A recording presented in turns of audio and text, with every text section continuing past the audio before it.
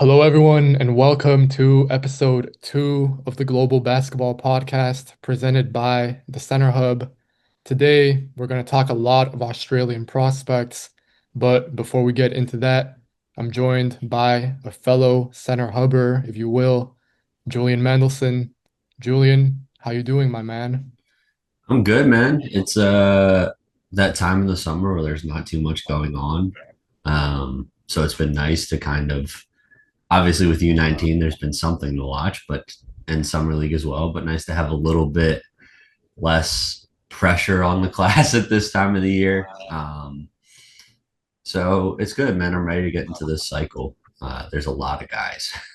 There's a lot of guys. There's a lot of guys. It's always nice, like you said, to kind of have that little bit of a cool down period right after the draft, but it doesn't last too long. With this tournament, the Under-19 World Cup, I always think it's sort of interesting to find out about new prospects. It's obviously, fascinating to kind of see guys that you might already have seen in, different contexts before perform against really the best players usually in their age group in the world. So even though it is, like a 7 game tournament, um, it is, I think, something that you can extract real value from. What do you usually look for when it comes to these sort of events? So I'm actually looking at the international prospects a lot more than Team USA. um, because one, Team USA is generally pretty stacked and full of high major D1 guys. Um, so I'm kind of looking to see one, how some of the international prospects perform against Team USA, obviously, and then which stand out in their matchups against each other. Um, so that's kind of what I'm looking at a bit more. Uh, and there were plenty of guys this year to look at in comparison to previous years. Like it's a great time to start talking about black basketball globally because I think the game is becoming so much more international.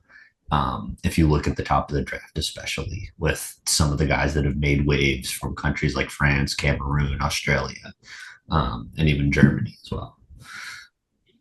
One of the guys who I think has a very real chance of being an impactful player at the high D1 level is Roman SIULEPA. And, I think before we even get into the sort of player that he is, it's important to understand his background. So just a little bit on that, right? Um, Really, he's a two-sport athlete, big time rugby background, played rugby all throughout high school. His family has a background in Samoa, big rugby, background there as well. So last season, he was meant to join the NBL's Next Stars program with the Tasmania team. And instead, what ended up happening there was that he signed a 2-year deal and ended up backing out of it just because of his rugby commitments. Now, as we sort of, look towards his future, he's being linked to Pittsburgh the most, but there isn't really a commitment yet. There are pretty strong links, but nothing confirmed as of now. Julian, what were your impressions before I get into mine of Roman Sulepa? So it's funny you mentioned the rugby stuff because I watched the games a bit more in reverse. So I didn't find out that he was a rugby player until I watched the Team USA game. Um, and after watching his game, I was like, okay, yeah, this very much tracks. I think you can tell that he still needs to work on some of the more basketball related things, like his shooting's not great yet. I think he gets caught ball watching a little bit too much on the defensive end, but like what he is really good at is getting downhill. He finishes through contact extremely well. I love his effort and tenacity on the boards on both sides of the ball. But again, I think first step for him is really honing in on that jumper because at times you kind of know he's going to go downhill and it gets a bit one dimensional. Um, and I think he's kind of got to learn to adapt to that. But it is a very rugby like I'm gonna get the ball and I'm gonna run through you and get to the hoop, which I do love. Like I think it's awesome the way that he's able to do that. He's very hard to stop when he starts to get downhill. And I think that honestly, once he starts his drive, he's almost guaranteed to get a paint touch, especially at this level. For me, it's more so about what happens once he gets that paint touch. Um, right now, he's almost always just looking to score almost exclusively with his right hand as well. So it is kind of, limited or one-dimensional, but at the same time, like he's getting to his spot nearly every single time. So there is real value to be found in that. Now, like you're saying, can he do enough to add to his game with his pull-up? Can he add some passing, which I think will be important as well? Because, when you're generating so much attention anytime you're slashing, it is on you to kind of create looks for your teammates based off of that. Because he is going to attract the nail help or the low man will come over or whatever the case may be. So I do think that he'll eventually need to add that to his game too. Um, but for now, if you're looking for a guy who's gonna get downhill, put a lot of pressure on the rim nearly every single time that he touches the ball, then yeah, I mean, Roman Sulepa is definitely the guy for you. Yeah, I think the next step for him before he moves outside is head up when he's driving. Because I notice a lot of the time, I mean, sometimes you can see that he's like, I'm gonna go downhill and get to the basket, but he does it a lot of the times, like you said, where it's like he's driving to get to his right hand and score. I mean, if you look at how effective he is when he does it, it makes sense. But I think I would like to see him be a little bit more cautious sometimes and not, try like being able to bully his way through guys and force his way to the rim is going to work a bit more at the level of U19, but you're not going to be able to move centers in college and the NBA the same way. So I think, being able to pick his spots, realizing when he's got to step, um, versus, okay, well, I could try and bully my way through this guy, but it's cut off. Let me kick it back out and reset. I think is kind of like the next thing I want to see him start to do, um, as he kind of develops his basketball skills. Although we'll see if he even wants to do basketball or if he just sticks with rugby as well. I'm with you. Even right now, like he has to take another leap, so to speak, when it comes to just being dominant at the rim. Because, like I'm saying, he's gonna get there. But even at this event, right, like I'm looking at his shooting splits right now. He shot about 44% from, 2-point range. That has to improve because he's really only going to shoot close twos. He's not even really operating in the mid-range most of the time. Like nearly all of his shots come at the rim. So evidently, like there has to be a higher conversion there. Um, Before we move on to the next guy, Julian, let me ask you about Sulepa. Do you think Pittsburgh is a good move? Do you think that maybe he should stay in the Australian NBL like he was originally meant to do? As of now, it seems as though all the information, at least that I have, kind of indicates that his future is basketball oriented, but there is always a chance for sure that he could turn back to rugby, given that he is also a high level prospect there. I do think for his development, he needs a lot of minutes. And I've seen kind of mixed situations on that front with a lot of these guys that come over from Australia, Europe. Um, so I think because the NBA Next Stars program is so invested in developing these guys, I think for him right now, the move is definitely stay in Australia, let them work with you on your game, um, and get more reps. Because I think the worst thing in the world for him would be to get to Pittsburgh, think he's going to be a starter, 6 man off the bench, not play well early and get buried in the rotation. I think that would kill his development. So NBL, in my opinion, is probably the better path for him right now. One prospect who is taking the NBL pathway confirmed already. He's a next star starting next season. That's Dash Daniels. He'll play for Melbourne United. He's the younger brother of Dyson Daniels, who, originally was drafted through the G League Ignite pathway, now on the Atlanta Hawks. And Dash is a very interesting prospect to me. I really think that I see him as sort of a 3 and D type of connective guard at the next level. Um, he's very young, he's 17 until December. He's always played up in age groups. I want to say that when he was 14, he was playing against 16-year-olds, for instance. So that's something that I always kind of find, value in. But at the same time, he is very, very raw still on offense, in my opinion. I'll ask you right after this for your thoughts on Dash, Julian. But before that, let me just give you his stats to get a reaction, right? 8 points per game, 3 rebounds, 3 assists. That's decent, I would say, for his age. 1.3 turnovers, which given the assists, is fine. 1.3 stocks per game, which is respectable. But then after that, I think it gets a little bit worrying when you look at his shooting. 25% from two, 36% on threes, which is fine, and then 52% from the free throw line. So, Julian, your thoughts on Dash Daniels? I mean, you can see the look on my face after you dropped the percentages on me there. Yeah, that's not good. Um, the thing with Dash though is I buy the defense so much that I'm willing I'm willing to wade through some of the offensive struggles.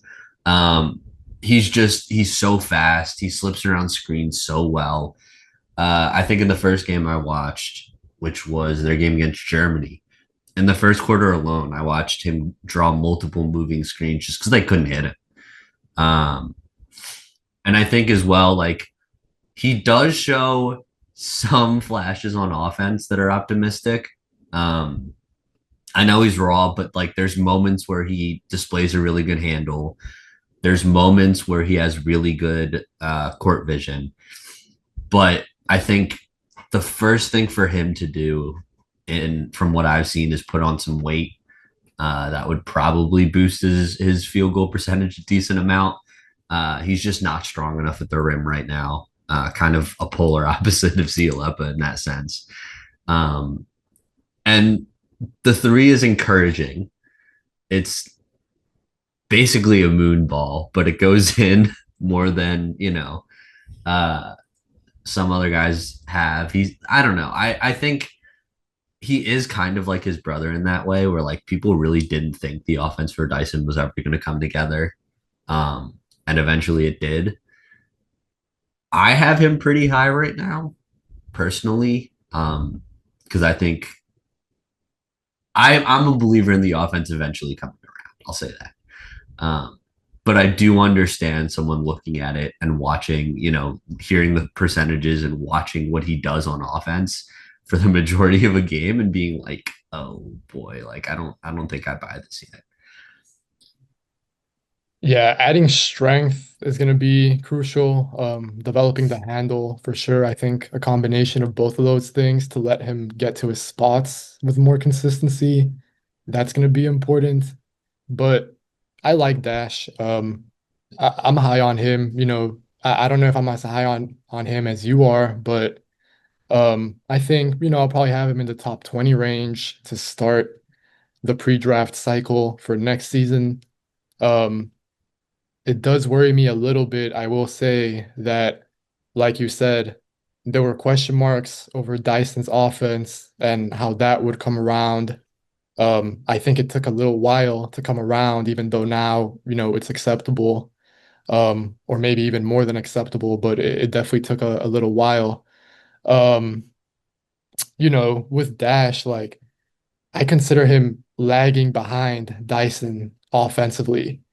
As a passer, I thought Dyson was more creative. He was bigger as well, so he could just kind of access more angles, in my opinion, and just play with more creativity. Then, I thought he had a little bit of a floater as well when he was developing, even if it wasn't super consistent. But with Dash right now, I think that he can make some pick and roll reads sometimes. He can make some reads in the open court for sure. And then he'll hit some spot up threes. But outside of that, I have big question marks about how he'll score next season. Yeah, that's pretty valid. I can't like defend it honestly because I'm the believer that it will come around eventually. I've seen some flashes, but I'm at best skeptical. Um, like it's more of like a hopeful optimism that he eventually figures out on offense than like a definitive like anyone who doesn't believe in Dash Daniels offense coming around is wrong kind of thing. Um, but the defense is so good that I think like he doesn't have to be that good offensively. He just has to be good enough that like, he's not being left on an island and, completely ignored. And I think that'll keep him on the floor at the very least at the NBA level for rotation minutes. That's kind of like where I'm at with him right now. Um, but there's a lot to be concerned about with him offensively when you watch the tape. Jacob Furphy, I have less concerns about him offensively, especially when it comes to his scoring. I think that he'll be a pretty good shooter at the next level, and I think that he'll be a decent enough passer. This is a guy who I first watched in person for the first time, I want to say a couple of summers ago now in Las Vegas. He was playing with the NBA Academy team. He's not related to Johnny Furphy, by the way, for anyone listening, even though they are both Australian and they're both Furphys, but they're not related, interestingly enough. But I think that, throughout the years as I've watched him, he's more or less remained the same player. Very steady on offense, doesn't make many mistakes. He might not make the flashiest reads, but he can make, either the extra pass, so to speak, or he can run the pick and roll every once in a while. I don't really see him as a lead guard, but I think he's like a combo more than a small wing. So he is someone who I think to some extent has dribble, pass, and shoot skills, but the athleticism for me is just probably fairly limiting. Um, I don't see him adding much value on defense at any stretch of his career. I'm sure that he's somebody who can, execute the scheme and carry out his responsibilities, but I don't think that he's going to be, fast or athletic enough to defend ball handlers at a high level. And he's just not big, strong, or really athletic enough to guard wings.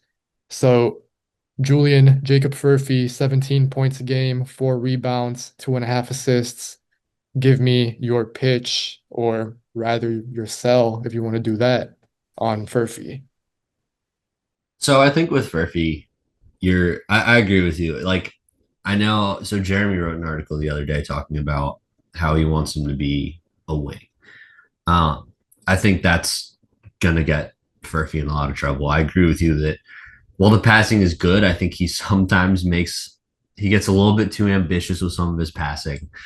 Um, but when he's off the ball and when he's attacking off the catch, he is extremely smooth.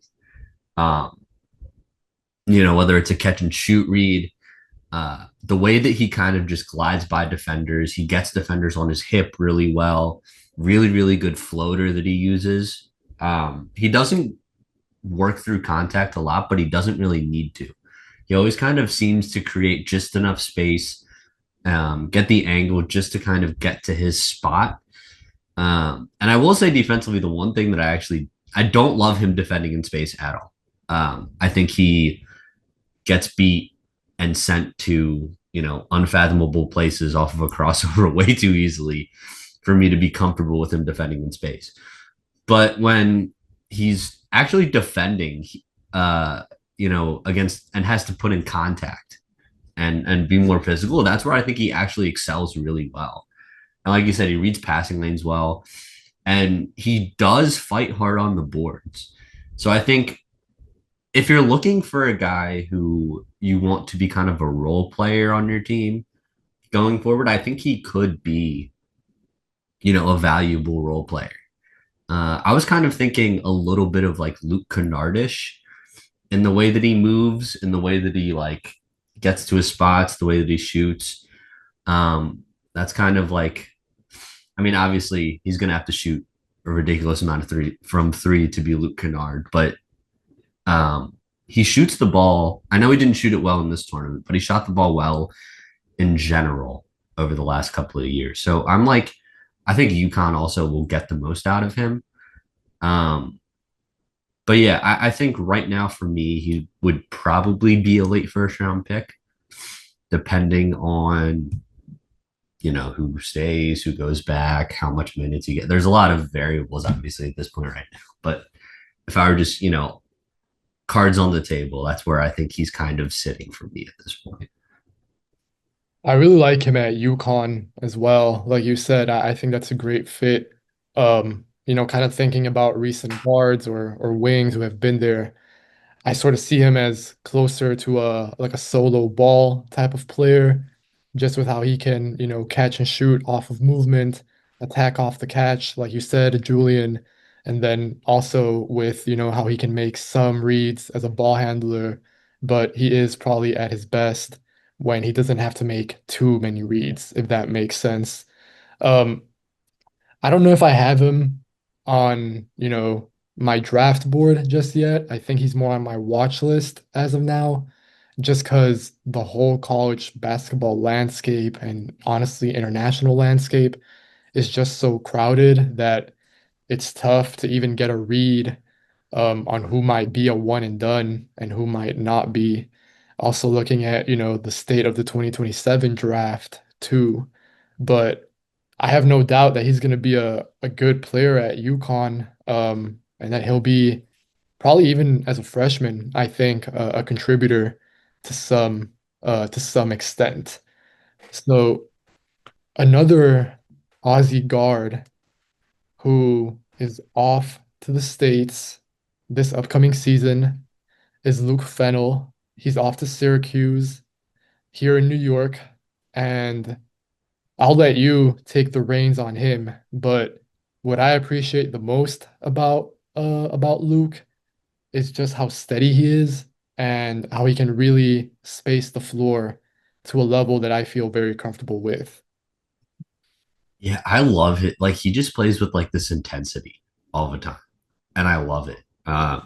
For a guy who's mostly a shooter, I really like the way that he kind of is able to switch things up. I think he's a much better driver than most guys who kind of play that archetype are. I like the way he gets to the mid range. I do think that being said, very, very what's the word? I guess I'll just say out of control at times. And I think that's gonna definitely bite him a bit. But like in terms of like if you want like a spark plug off your bench, who's gonna get out there, hustle, make plays, shoot some threes, uh, go 100% for every closeout, even though he might get pump faked and beaten off of that. Like he's just fun at the end of the day. I think he's probably not going to be a prospect at least this year.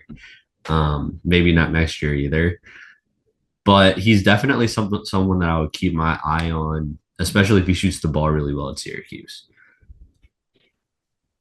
I think he'll shoot the ball well eventually. I don't know if it will happen right off the bat because there might be a little bit of that adjustment to make to the college game, of course. But yeah, I'm with you. I think that he can really add a lot of energy off the bench. I mean, his motor is pretty insane for sure.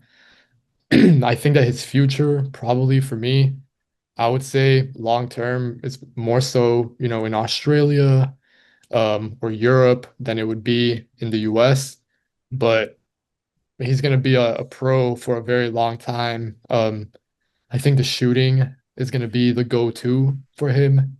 And then whatever he can kind of stack on top of that, as well as continuing to develop his body, which I think at this point in time is still pretty skinny, and limits him on both ends. But once he does that, I feel pretty good about him carving out honestly a long career. And I think that he's one of those guys who, maybe I don't know if 2028, but like in the 2032 Olympics or something like that, like if he was on the Australian roster, I wouldn't be shocked. Not me. But one thing that actually surprised me a little bit, Julian, was when we were talking about preparing this episode, and you mentioned the guy who I wasn't expecting you to bring up. Largely, his stats are very, very modest. I'm talking about EMMETT ADAIR, 1.4 points a game, 2 rebounds a game. He's off to Loyola, Maryland next season. He'll be a freshman there after graduating from the NBA Global Academy. Um, I have thoughts on Emmett. He's someone who, first appeared on my radar about a year and a half ago or so, I want to say. What stood out to you though about him? Because I wasn't expecting you to bring him up. Yeah, so Conrad gave me a list of 5 guys to watch, and I was watching him and I was like, I don't understand why this kid doesn't get more minutes. He moves so well for a big. I was not like I saw him come out there. I'm like, oh, this dude's gonna post somebody up. He'll probably just stand in the paint. You know, but he's a grab and go guy, which I was not expecting. Um, you know, limited as it was, he did take a couple of threes and he did shoot 50% from three on, yes, one attempt per game, but still. Um, he spaces the floor really, really well. He initiates DHOs really, really well. Um, and I was just shocked by the versatility combined with the size for a guy that young. And I think he's going to surprise some people. I think I would not be shocked if this year he goes in, plays really well at Loyola, and transfers up next year. I think there's a chance of that for sure. And one guy who I'll add here as well for anyone who's going to be watching Loyola Maryland hoops next season is Seb Emanalo. He's also from the Global Academy, British guard, sort of a connector, 3 and D type as well. I think he was I don't even know, like last time I checked in on him, I think he was unranked or he might have been like a 3 star or something like that. So definitely not a lot of flash to him. I don't think that he'll be super productive as a freshman or anything like that. But just down the line and also kind of thinking about British basketball, since that is kind of developing right now, he is someone who I'm kind of tracking. We're gonna cap things off here with AJAK NYUON. Um, Similar to what you said about Emmett Adair, Julian, I really feel like he should have had a lot more minutes. Um, I've been watching him for a couple of years now, and every single time that I've watched him, he's just really, really stood out to me. The first thing that stands out is the length, the athleticism, just how rangy he is, not just with his wingspan and his standing reach, but with how much ground he covers. For me, it's kind of special. He's very coordinated for being around 6'10, 6'11.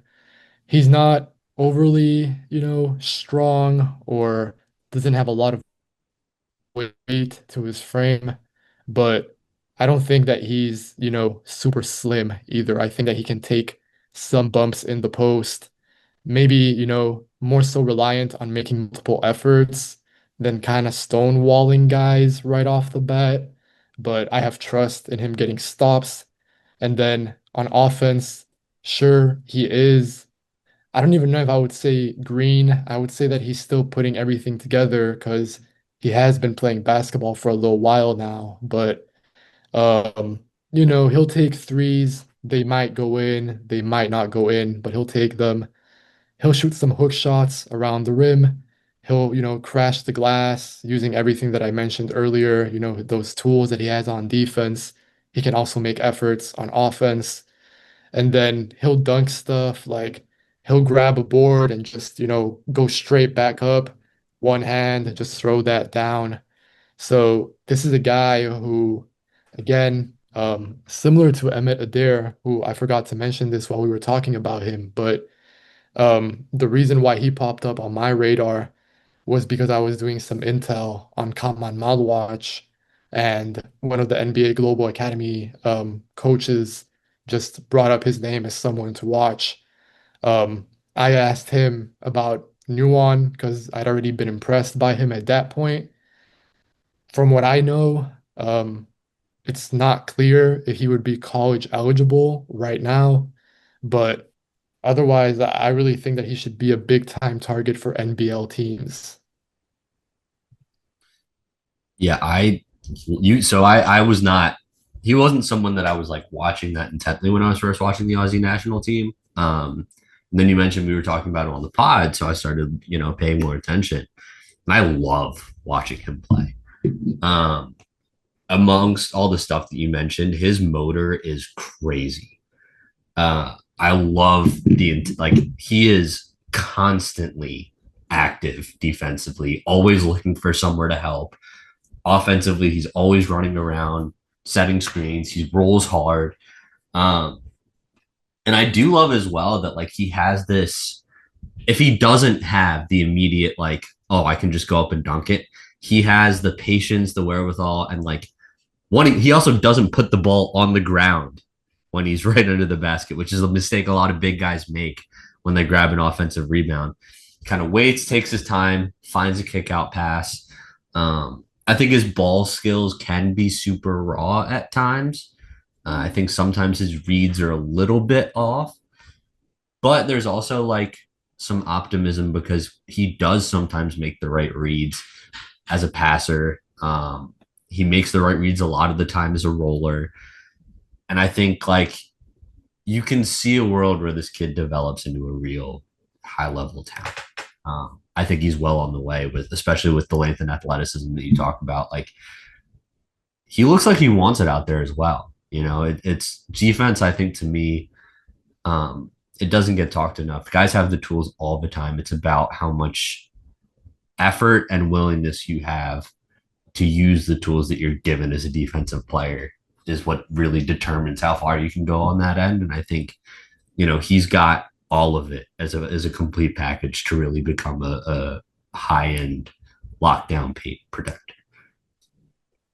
It'll be a lot about what type of developmental situation he kind of ends up in, especially now. I mean, I think like that's really the next decision that he has to make is like, okay, where do I continue developing?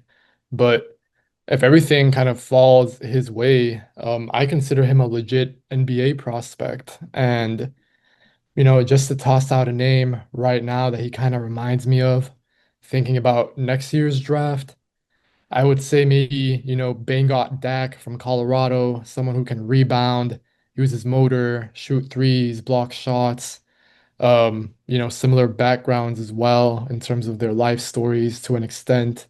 But just beyond that, what they show on the court and the potential upside that they exhibit is sort of similar for me. I like it, man. He's one I'm very excited about him for the future for sure. So we've talked the Aussie guys, Julian.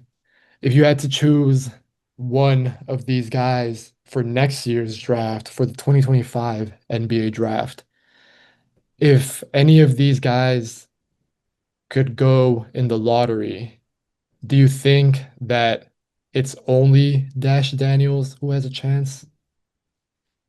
In this upcoming draft, Hmm. I would say yeah.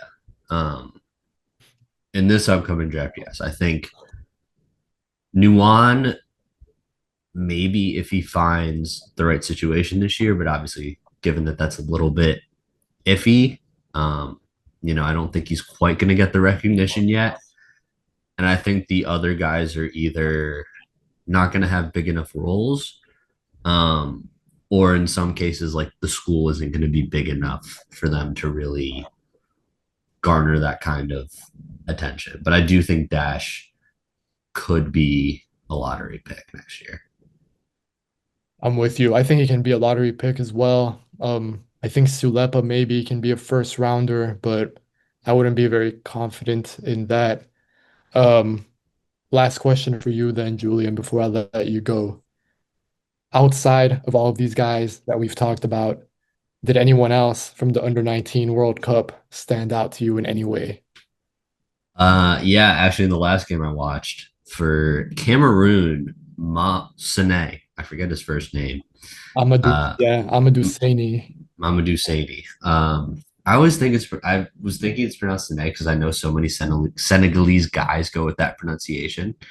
Um, but he really stood out to me just as like, oh snap, this kid's 7'1" and has a giant frame. He's strong. He's tough. Like I am excited to see what he does next. I'll keep it pretty simple on him, but he really, really stood out to me as like a oh shit, this guy like is built kind of like an NBA center already, and he's 18. Yeah, he's built like an NBA center. I think that he can be a high major recruit. Right now he's developing in Italy, but I think it's only a matter of time until he, starts getting those college offers. I'm sure that we can, kind of get into him at a future point if he ever, makes this leap to college. But I will say, like, yeah, he's definitely a guy to keep an eye on. His life story reminds me a little bit of Kaman Maluach in that he started playing basketball when he was 13. He's already debuted for his country's national team. So, you know, out of Cameroon in Italy now. But I think that it's only a matter of time until he's in the US at the college level. But Julian, thank you so much for joining me, man. This was great. Um, I'll give you a chance right now. I think people should go out and check out your work. You do plenty of great stuff. Of course, you're a valued member here at the Center Hub. Where can we check out your stuff? Plug your stuff. So I am not particularly active on Twitter, but if you want to catch my few tweets when I talk about things, I'm at 12J Mendel. You can find me a lot if you watch indie basketball with Corbin Ford and Conrad Pasquale. I'm on there a lot. You can find me on all over the TCH YouTube channel. You can also find some of my older work. I know we kind of got a little bit off track this cycle at On the Clock Basketball. If you want to check me and Caleb Muller out, I'm struggling with name pronunciations today.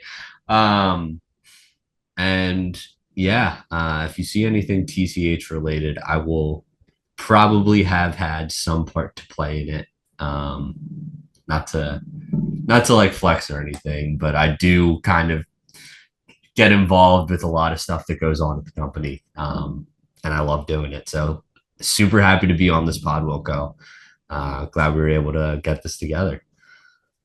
Nothing wrong with some flexing once in a while, especially if it's deserved. But yeah, Julian, I appreciate you having me on. This will be going on the Center Hub YouTube page. We'll have plenty more content coming out there over the next, while, honestly. So keep an eye out for that. Keep an eye out on the Center Hub Twitter as well. You can follow me on Twitter at Wilko MCV. That's WILKO MCV. You can find my work on youtube.com/floor and ceiling, or you can go on the Floor and Ceiling Substack as well, floorandceiling.substack.com. But once again, from me, from Julian. This has been episode 2 of the Global Basketball Podcast. Thank you so much for listening.